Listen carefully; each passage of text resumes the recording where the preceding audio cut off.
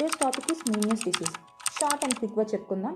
Meniere's disease is also called as endolymphatic hydrops. ఎందుకంటే endolymph అనేది increase అవ్వడం వల్ల మనకి మీనియస్ డిసీజ్ వస్తుంది.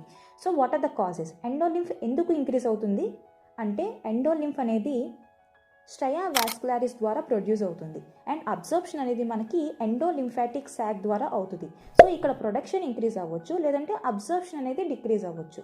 సో ప్రొడక్షన్ ఎందుకు ఇంక్రీజ్ అవుతుంది ఆర్ అబ్జర్ప్షన్ ఎందుకు డిక్రీజ్ అవుతుందంటే దానికి కాజెస్ అనేవి డిఫరెంట్గా ఉంటాయి. ఫర్ ఎగ్జాంపుల్ ఇడియోపాథిక్ అంటే మనకు రీజన్ తెలియదు, దాన్ని మనం ప్రైమరీ మీనియస్ డిసీజ్ అంటాం.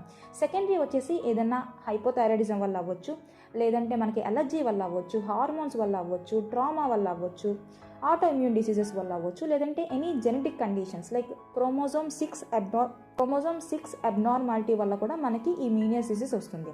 సో పేషెంట్ మనకి ఎలా అపియర్ అవుతాడంటే ఫస్ట్ వచ్చేసి vertigo is the main reason అనమాట. పేషెంట్ మనకి ప్రెజెంట్ అవుతాడు.